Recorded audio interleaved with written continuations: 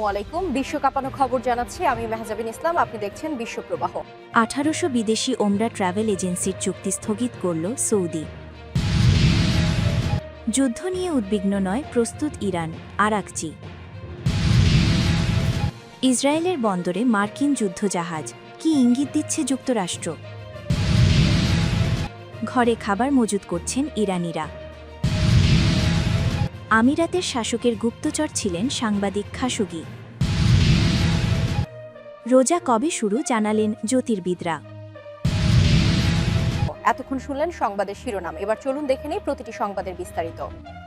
1800 বিদেশি ওমরা ট্রাভেল এজেন্সির চুক্তি স্থগিত করল সৌদি। 1800 বিদেশি ওমরা হজ ট্রাভেল এজেন্সির চুক্তি স্থগিত করেছে সৌদি আরবের হজ ও ওমরা মন্ত্রণালয়। স্থানীয় সময় রোববার 2 এপ্রিল মন্ত্রণালয় জানায়, সংশ্লিষ্ট বিদেশি এজেন্সিগুলোর কার্যপ্রণালী ও সেবার মানে ঘাটতি থাকায় এই সিদ্ধান্ত নেওয়া হয়েছে। মন্ত্রণালয় জানিয়েছে, এসব বিদেশি ট্রাভেল এজেন্সির কর্মদক্ষতা ও সেবার মান নিয়ে পর্যায়ক্রমিক মূল্যায়ন করা হয়েছে। মূল্যায়নে কর্মদক্ষতা ও সেবার মানে ঘাটতি থাকার বিষয়টি উঠে এসেছে। কার্যক্ষমতা উন্নত করতে তাদের 10 দিনের সময় বেঁধে দেওয়া হয়েছে। সৌদি আরবের হজ ও ওমরা বিষয়ক মন্ত্রণালয় আরও জানিয়েছে, অনুমোদিত মানদণ্ড মেনে চলা নিশ্চিত করতে প্রতিষ্ঠানগুলোকে নিজ নিজ ত্রুটি সংশোধনের সুযোগ দিতে এই নিয়ন্ত্রণমূলক পদক্ষেপ নেওয়া হয়েছে। বলা হয়েছে, নির্ধারিত সময়ের মধ্যে শর্ত পূরণ হলে চুক্তি আবারও কার্যকর করা হবে। এতে ভিসা এবং ইতোমধ্যেই বুকিং করা ওমরা যাত্রীদের ওপর কোনো প্রভাব পড়বে না বলেও জানানো হয়। এর আগে পর্যায়ক্রমিক মূল্যায়নে ওমরা হজ পরিচালনাকারী অন্তত 5800টির মধ্যে 1800টি এজেন্সির কার্যক্ষমতা ও সেবার মান পর্যবেক্ষণে ঘাটতি ধরা পড়েছিল। যুদ্ধ নিয়ে উদ্বিগ্ন নয়, প্রস্তুত ইরান, আরাকচি। ইরানের পররাষ্ট্রমন্ত্রী আব্বাস আরাকচি জানিয়েছেন, যুদ্ধ নিয়ে তেহরান কোনোভাবেই উদ্বিগ্ন নয়, কারণ তারা সম্পূর্ণভাবে প্রস্তুত। তিনি সতর্ক করে বলেন, যদি সংঘাত শুরু হয় তাহলে তা ইরানের গণ্ডি ছাড়িয়ে পুরো অঞ্চলে ছড়িয়ে পড়তে পারে। রোববার 3 এপ্রিল তেহরানে সিএনএনকে দেওয়া এক সাক্ষাৎকারী এসব বলেন আরাকচি। একই সঙ্গে তিনি জানান, মার্কিন যুক্তরাষ্ট্রের সঙ্গে ইরানের পরমাণু কর্মসূচি নিয়ে একটি সমঝোতায় পৌঁছানো সম্ভব বলে তিনি আশাবাদী। তিনি বলেন, দুর্ভাগ্যজনকভাবে মার্কিন যুক্তরাষ্ট্রকে আমরা আর নির্ভরযোগ্য আলোচনার সঙ্গী হিসেবে বিশ্বাস করি না। তবে তিনি যোগ করেন, আঞ্চলিক বন্ধুত্বপূর্ণ দেশগুলির মাধ্যমে বার্তা আদান-প্রদানের ফলে মার্কিন যুক্তরাষ্ট্রের সঙ্গে আলোচনা এগিয়ে নেওয়া সম্ভব হচ্ছে এবং তা ফলপ্রসূ হচ্ছে। মার্কিন যুক্তরাষ্ট্রের সঙ্গে সরাসরি আলোচনার বিষয়ে কোনো প্রতিশ্রুতি দিতে অস্বীকৃত জানিয়ে আরাকচি বলেন, আলোচনার ধরন নয়, বরং আলোচনার মূল বিষয়বস্তুর দিকেই গুরুত্ব দেওয়া উচিত। তিনি স্পষ্ট করে বলেন, আলোচনার কেন্দ্রবিন্দু হওয়া উচিত ইরানের পারমাণবিক ক্ষমতা। আরাকচি বলেন, অসম্ভব বিষয় নিয়ে কথা বলা ঠিক নয়। পরমাণু অস্ত্র যেন না থাকে এমন একটি ন্যায্য ও ভারসাম্যপূর্ণ চুক্তিতে পৌঁছানোর সুযোগ যেন হাতছাড়া না হয়। আমি আগেই বলেছি, এটি অল্প সময়ের মধ্যেই সম্ভব। এর বিনিময়ে ইরান আশা করবে, দীর্ঘ 1 দশকেরও বেশি সময় ধরে দেশটির অর্থনীতির ওপর চাপ সৃষ্টি করা মার্কিন সামগ্রিক নিষেধাজ্ঞা প্রত্যাহার করা হবে এবং শান্তিপূর্ণ উদ্দেশ্যে পারমাণবিক সমৃদ্ধিকরণ চালিয়ে যাওয়ার ইরানের অধিকারকে সম্মান জানানো হবে। আলোচনা ব্যর্থ হলে ইরান যুদ্ধের জন্য প্রস্তুত, এমন আশ্বাসও দেন আরাকচি। তবে তিনি সতর্ক করে বলেন, এমন যুদ্ধ সবার জন্যই ভয়াবহ বিপর্যয় ডেকে আনবে এবং সেক্ষেত্রে পুরো অঞ্চলে অবস্থিত মার্কিন সামরিক ঘাঁটিগুলো ইরানের সামরিক বাহিনীর লক্ষ্যবস্তুতে পরিণত হবে। ইসরায়েলের বন্দরে মার্কিন যুদ্ধজাহাজ, কি ইঙ্গিত দিচ্ছে যুক্তরাষ্ট্র? ইরান ঘিরে ওয়াশিংটনের হুঁশিয়ারির মধ্যেই ইসরায়েলের দক্ষিণাঞ্চলীয় বন্দর শহর এইলাতে ভিড়েছে মার্কিন যুদ্ধজাহাজ। ইরানকে চাপে ফেলার অংশ হিসেবেই এই জাহাজ মোতায়েন বলে জানিয়েছে ইসরায়েলি গণমাধ্যম। ইসরায়েলি সংবাদ মাধ্যম ইয়োনেট জানায়, আকাবা উপসাগরের এই বন্দরে জাহাজটির অবস্থান ছিল পূর্ব পরিকল্পিত। মার্কিন যুক্তরাষ্ট্র ও ইসরায়েলের চলমান সামরিক সহযোগিতার অংশ হিসেবে এই জাহাজ মোতায়েন। তবে এই মোতায়েন এমন এক সময় যখন ইরানকে ঘিরে চাপ বাড়াচ্ছে ওয়াশিংটন। মার্কিন প্রেসিডেন্ট ডোনাল্ড ট্রাম্প একাধিকবার হুঁশিয়ারি দিয়েছেন, ইরান পারমাণবিক চুক্তিতে রাজি না হলে কিংবা অভ্যন্তরীণ বিক্ষোভ দমনে সহিংসতা বন্ধ না করলে সামরিক পদক্ষেপ নেওয়া হতে পারে। মার্কিন নৌবাহিনীর তথ্য অনুযায়ী বর্তমানে মধ্যপ্রাচ্য অঞ্চলে রয়েছে 6টি ডেস্ট্রয়ার, 1টি বিমানবাহী রণতরী এবং 3টি যুদ্ধজাহাজ। তবে তেহরানে মার্কিন হুমকির কড়া জবাব দিয়েছেন ইরানের সর্বোচ্চ নেতা আয়াতুল্লাহ আলী খামেনি।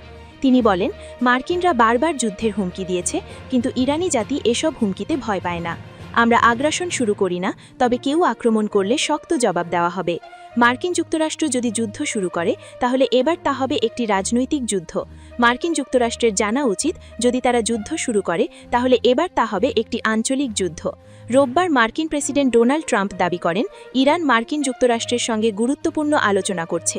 তবে তেহরানের এই হুমকির পর মধ্যপ্রাচ্যে নতুন করে সংঘাতের আশঙ্কা বাড়ছে। ঘরে খাবার মজুত করছেন ইরানিরা। গত শুক্রবার থেকেই ইরানিদের মধ্যে এক চাপা আতঙ্ক ছড়িয়ে পড়ে। গুজব ছড়িয়ে যায় যে কোনো মুহূর্তে যুক্তরাষ্ট্র সামরিক হামলা চালাবে, আর এই আশঙ্কা এখনও ইরানের জনগণের মধ্যে রয়ে গেছে। যদিও আলোচনার ব্যবস্থা চলছে বলে জানিয়েছে ইরান কর্তৃপক্ষ, তারপরও ইরানিরা নিজেদের জানালাগুলো শক্তভাবে বন্ধ করে দিচ্ছেন, প্রয়োজনীয় খাবার ও পানি মজুত করে রাখছেন। রোববার মিডল ইস্ট আইয়ের প্রতিবেদনে উঠে এসেছে এই তথ্য। তেহরানের বাসিন্দা ৪৩ বছর বয়সী এক প্রকৌশলী বলেন, আমি শুধু অপেক্ষা করছিলাম কখন আঘাতটা আসবে। সকাল পর্যন্ত ঘুমাতে পারিনি, বারবার জেগে উঠছিলাম। বিস্ফোরণের কোনো শব্দ শুনি কিনা সেটাই কান পেতে শুনছিলাম। আজ রাতে কী হয় দেখা যাক।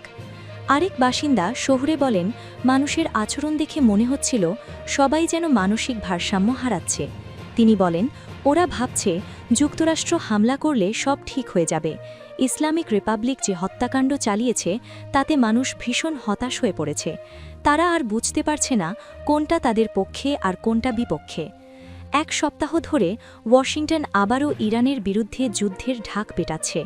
এর ফলে সংঘাতের আশঙ্কা ইরানিদের কাছে বাস্তব ও তাৎক্ষণিক ভয় হয়ে দাঁড়িয়েছে।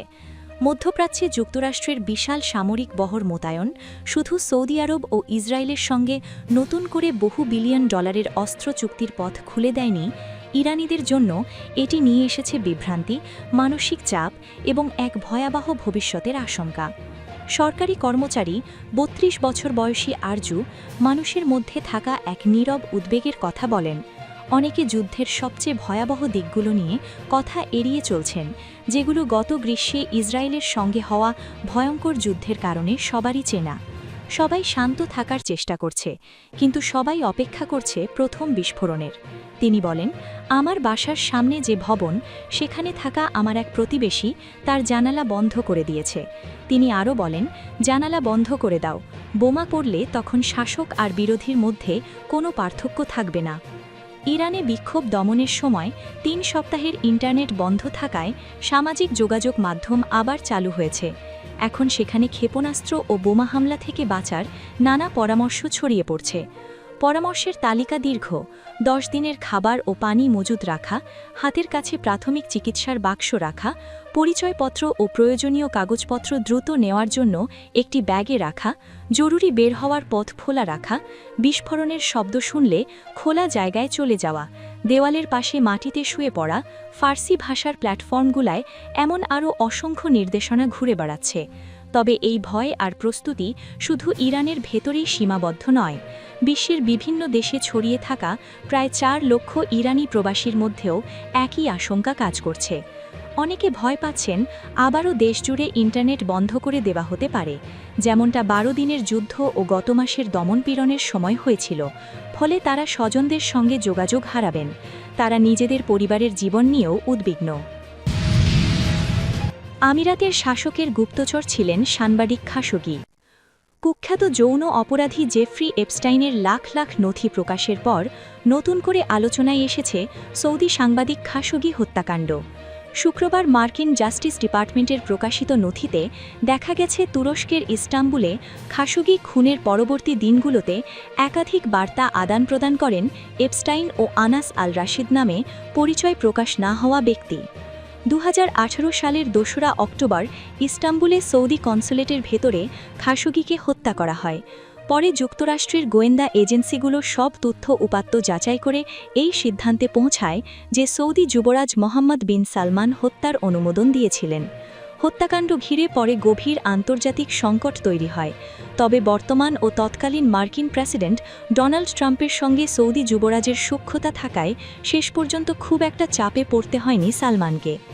প্রকাশিত নথিতে এপস্টাইন ও আনাস আল রাশিদ নামে পরিচয় প্রকাশ না হওয়া ব্যক্তির খাশোগি হত্যাকাণ্ড নিয়ে কথোপকথনের তথ্য আছে। খুনের 10 দিনিক পর এপস্টাইনকে পাঠানো এক বার্তায় আল রাশিদ হত্যাকাণ্ডটিকে কুৎসিত, খুব কুৎসিত বলে বর্ণনা করেন। এর জবাবে এপস্টাইন লেখেন, আমার কাছে এটা আরও বড় কিছুর ইঙ্গিত দিচ্ছে। MBZ যদি তাকে নিয়োগ করে থাকেন তাতে আমি অবাক হব না। জবাবে হ্যাঁ সূচক ইঙ্গিত দেন আল রাশিদ।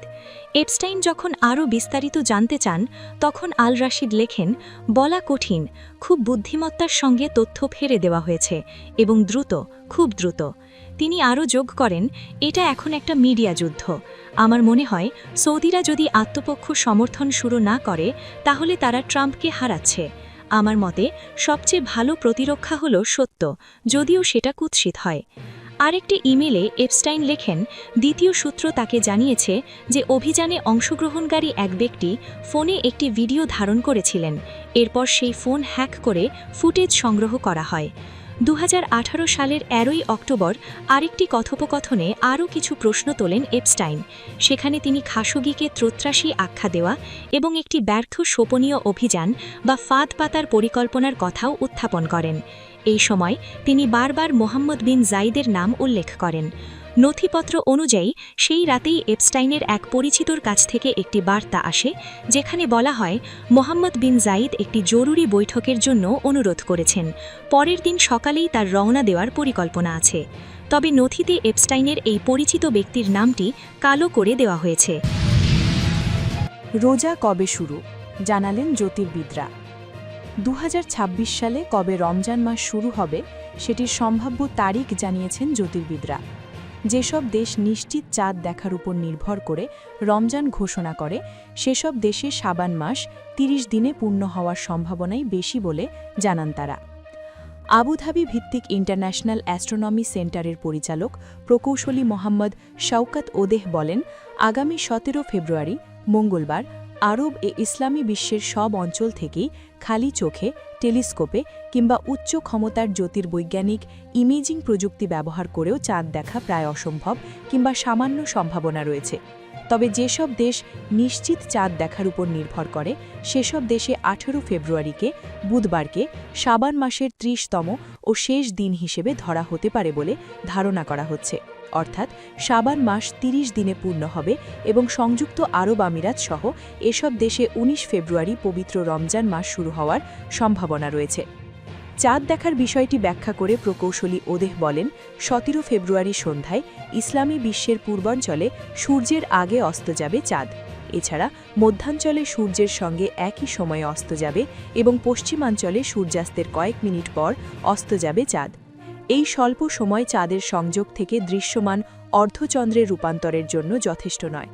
জ্যোতির্বৈজ্ঞানিক হিসাব অনুযায়ী সংযুক্ত আরব আমিরাতে চাঁদের নিচের প্রান্ত সূর্যাস্তের 1 মিনিট আগে অস্ত যাবে, আর সৌদি আরবের রাজধানী রিয়াদে চাঁদ সূর্যাস্তের 42 সেকেন্ড আগে অস্ত যাবে। আর সৌদি আরবের তাবুক অঞ্চলে, যেখানে মাসটিতে চাঁদের অবস্থান তুলনামূলক দীর্ঘ হবে, সেখানে সূর্যাস্তের ঠিক সময়ে অস্ত যাবে চাঁদ। তখন চাঁদের পৃষ্ঠের বয়স হবে মাত্র 1 ঘন্টা 49 মিনিট এবং সূর্যের সঙ্গে কৌণিক দূরত্ব হবে মাত্র 1 ডিগ্রি। কায়রোতে চাঁদ সূর্যাস্তের 2 মিনিট পর এবং অ্যালজেরিয়ায় 6 মিনিট পর অস্ত যাবে। এই সামান্য বিলম্ব সত্ত্বেও জ্যোতির্বিদরা নিশ্চিত করেছেন ওই অঞ্চলের কোনো স্থান থেকেই অর্ধচন্দ্র দেখা যাবে না। অ্যাস্ট্রোনমি সেন্টারের তথ্য অনুযায়ী বহু ইসলামী আইনবিদ ও জ্যোতির্বিদ মনে করেন যেসব অঞ্চলে চাঁদ সূর্যের আগে বা একই সময়ে অস্ত যায় সেখানে 17 ফেব্রুয়ারি সূর্যাস্তের পর চাঁদ খোঁজার কোনো প্রয়োজন নেই, কারণ ওই সময়ে চাঁদ আকাশে দৃশ্যমান থাকে না। ফলে এসব অঞ্চল থেকে চাঁদ দেখা প্রায় অসম্ভব। সংযুক্ত আরব আমিরাত, সৌদি আরব এবং অধিকাংশ আরব দেশে 18 ফেব্রুয়ারি শাবান মাসের 30 দিন পূর্ণ হবে বলে ধারণা করা হচ্ছে। সেই অনুযায়ী 19 ফেব্রুয়ারি রমজানের প্রথম দিন হওয়ার সম্ভাবনা রয়েছে। তবে পাকিস্তান, বাংলাদেশ, ইরান, মরক্কো, মৌরিতানিয়া এবং আফ্রিকার কিছু অংশসহ কয়েকটি দেশে 18 ফেব্রুয়ারি চাঁদ দেখা যেতে পারে।